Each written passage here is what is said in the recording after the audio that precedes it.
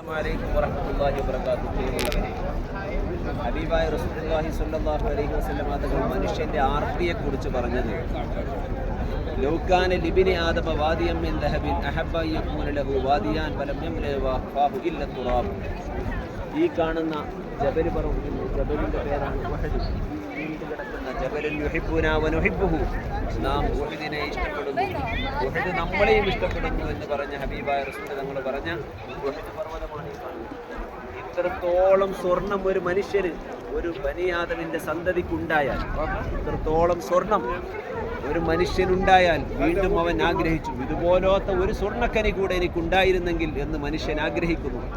വലം യംല ഫാഹു ഇല്ല തുറാബ്. അവൻ്റെ വായ അടക്കാൻ, അവൻ്റെ വായ നിറയുന്നത്, അവൻ്റെ ആർത്തി തീരുന്നത് അവനെ ഖബറിലേക്ക് വെക്കുമ്പോൾ മാത്രമാണെന്ന് ഷഫീഉനാ റസൂലുള്ളാഹി സ്വല്ലല്ലാഹു അലൈഹി വസല്ലം തങ്ങൾ പറയുന്നു.